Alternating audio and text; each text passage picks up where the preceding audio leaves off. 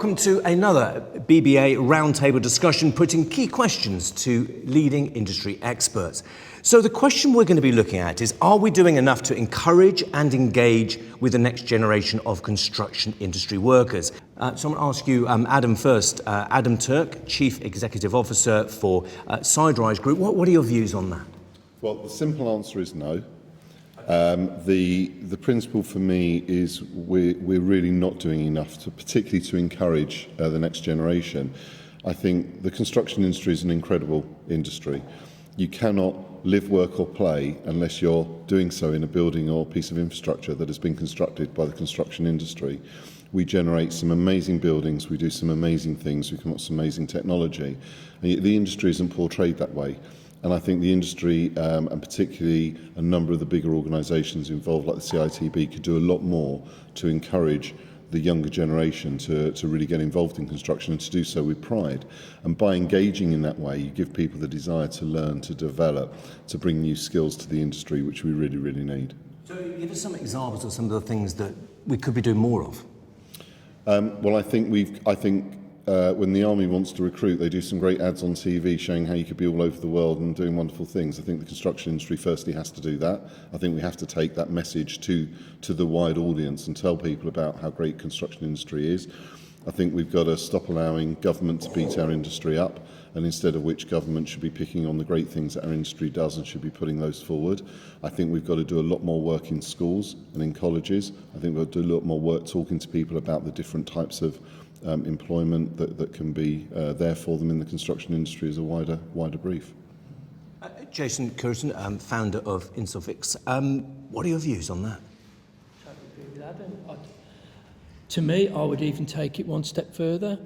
I've recently took my youngest round the school. He's moving up next year. I walked around the school, fantastic. Where was the practical elements? There was not one.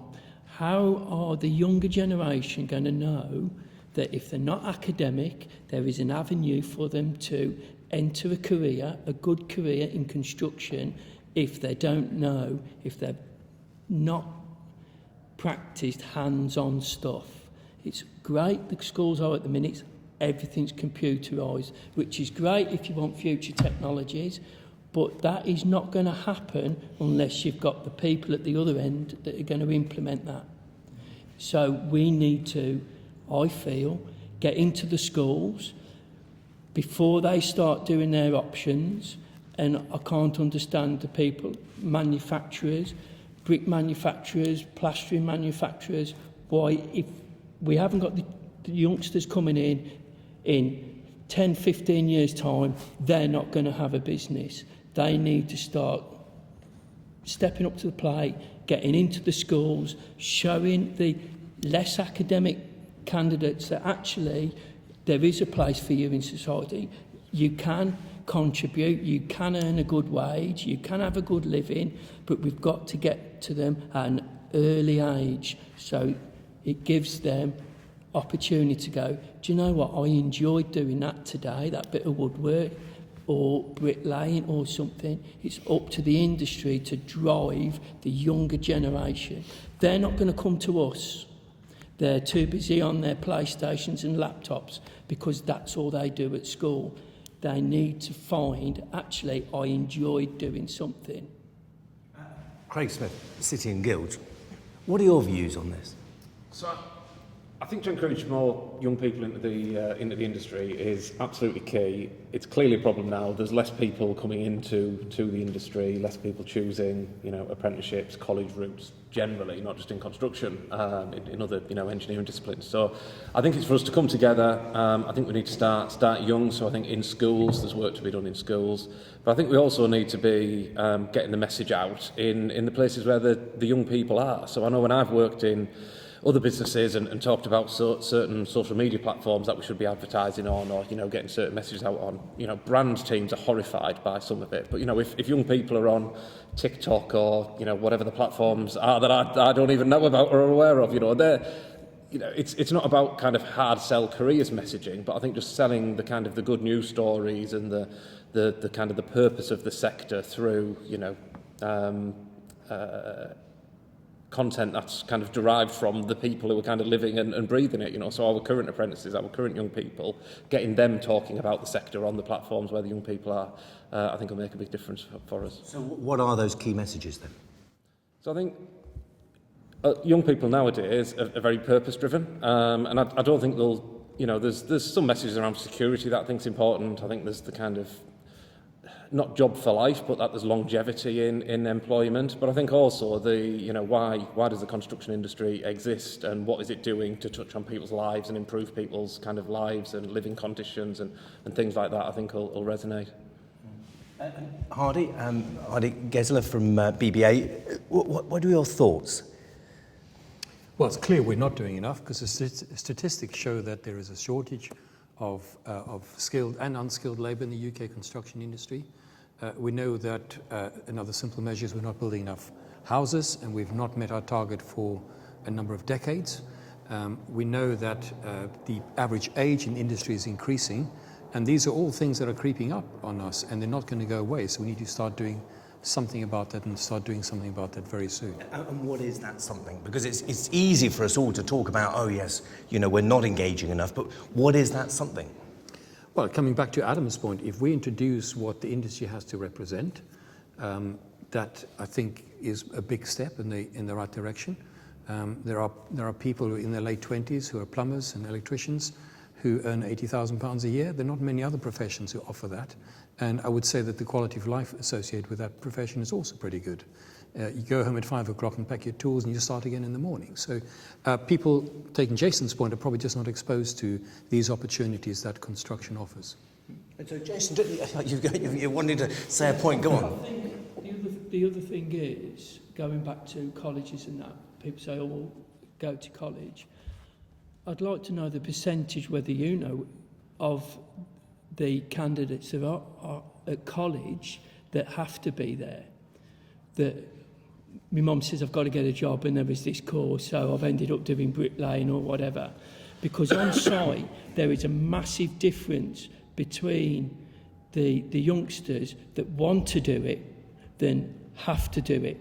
And it's whatever level you want the people in the industry that actually want to do it. Now, how many youngsters are slipping through the net because they're not quite, they wouldn't even give construction a thought, that actually would want to do it. We don't really want the ones that have to do it, because they're not going to be product anyway. So you want the people that actually enjoy the job, that want to do that job, and that goes for any sector throughout the construction industry. We want the people that want to do it, not have to do it. Emma, if I can come to you, Emma Wiles from BBA. We can see here today that there's experts here that are representing so many different sectors in construction as an overall industry. But are we doing enough to attract people into all the many different roles that exist? I think one of the things for me is I agree with many of the points that everyone has mentioned so far. It's about reputation.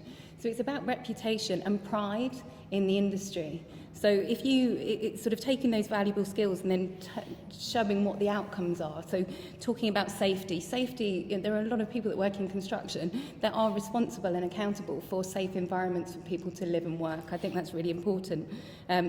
Design, there's cutting edge design that a lot of people play a part of to get to an end result, but a lot of that isn't hidden. It's a lot of, if you talk about, when you're saying about going to college, they're talking about bricklaying. They're not talking about building something that has a valuable contribution to a community, or changes the way that people live, or adapts someone's affordability in terms of how they live in a house going forward, especially in current circumstances. So I think that reputation is really important, to say that actually that is something I'd like to be part of. Not, I might just think I might just be a bricklayer. And we all know that that's not necessarily the right way of describing it, but that is how sometimes it's seen. So I think it's taking those points and saying this is a sector that has such breadth and touches on every part of the community and the way we live. Come join us and be part of something. Make yourself proud. I think that's the key. And Anthony, both from Co-Builder, I mean, you work, your business is in a very, very technical area, isn't it?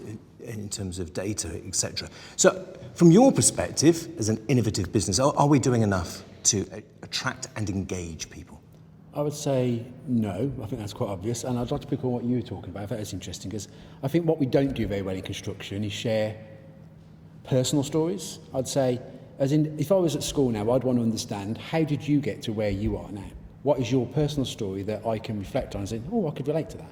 So my personal story, simply, I went to school. I wasn't an academic. I pick up on what you're saying. Yeah. I then had to choose what I wanted to do. And I always wanted to draw stuff and make stuff. I was always in my granddad's shed nailing bits of wood together. And I ended up doing that at university. I designed and make stuff. From there, I think people need to understand that you don't need to make decisions at certain points in life. There's transferable skills. And we don't tell people that for working for a main contractor, for instance, that you can do graphic design, bid writing. I mean, I remember doing chatting to some kids in a STEM ambassador thing we did, again, I've talked about previously. A girl coming to me and says, well, I really love English, I like writing stories, but there's no role for me in construction. I says, bid writing is the role that you could do. If you're interested in writing stories about what people do, it could be fictional, you want to win a tender, who knows? But I say, if you've had skills in writing and creating a story, there is work for you in construction. And I think we need to tell people that transferable skills are more important than most things. You don't need to decide when you're 10, 11, you're going to go into construction. Do what interests you and look where you can go from there. Richard Smith, I'd like to come to you from NHBC. Are we doing enough to attract and engage the next generation of workers in the construction industry? So I'll listen to all of the points. The one thing I'm sitting at in my mind is that 20 years ago we'd call a bricklayer a craftsman, and we would call a carpenter a craftsman. And now what we tend to have is a high number of subcontractors that move around with not a great deal of security. And if you're a trainee or apprentice bricklayer or carpenter, how do you become a trainee and earn that security to get on the ladder and get your first property and all of that? So I think there's a lot to be done in that respect. And I think we shouldn't be saying, in my view, that we're going to make you a bricklayer. We should be saying we want to make you a craftsman, and be proud of that. It's a craft and it's a skill and it's a trade. I also think that, and I'm sure there's a number of us here that started off in a trade in some way, shape or form, that then developed into a more professional role or whatever. I think having that pragmatism of knowing how to build makes you a much better professional. So I think that, encouraging people to say, learning a trade and becoming a craftsman gives you a great opportunity to do a lot more in your career, I think is a massive opportunity. So for me, I think we need to look at how we make the apprenticeship kind of role more stable as an employment route. At NHBC, we've developed some training hubs for bricklaying, and one of the reasons why we've done that is because a number of the colleges that do bricklaying courses, and we're working with CRTB on this as well, aren't we? But a number of the colleges that do bricklaying courses don't actually teach how to lay bricks in a way that you can build houses.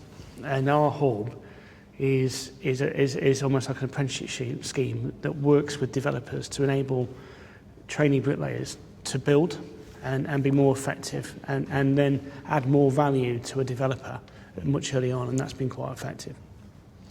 Colin Johnson, Managing Director of D-Gauge, is it important from a business perspective that we do engage and entice people into the industry?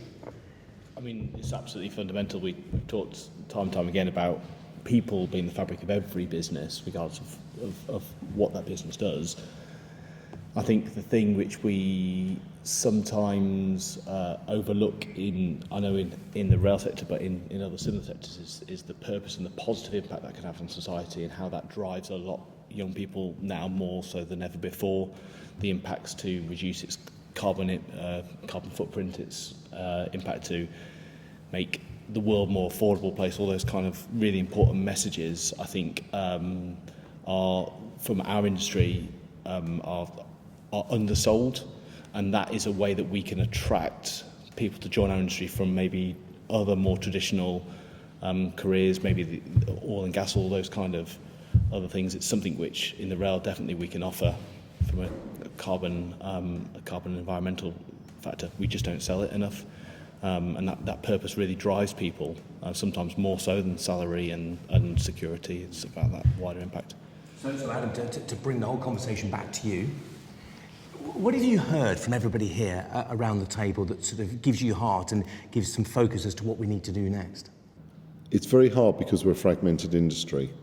Getting that one singular message that really can get to that group of people, and you know, I have been on this for a number of years of trying to get us to do that kind of media film type approach that the Navy or the Army would do, that really shows our industry in a great light and talks about all of the different careers, and really try and get that as a common programme. And I think it needs to be driven by government.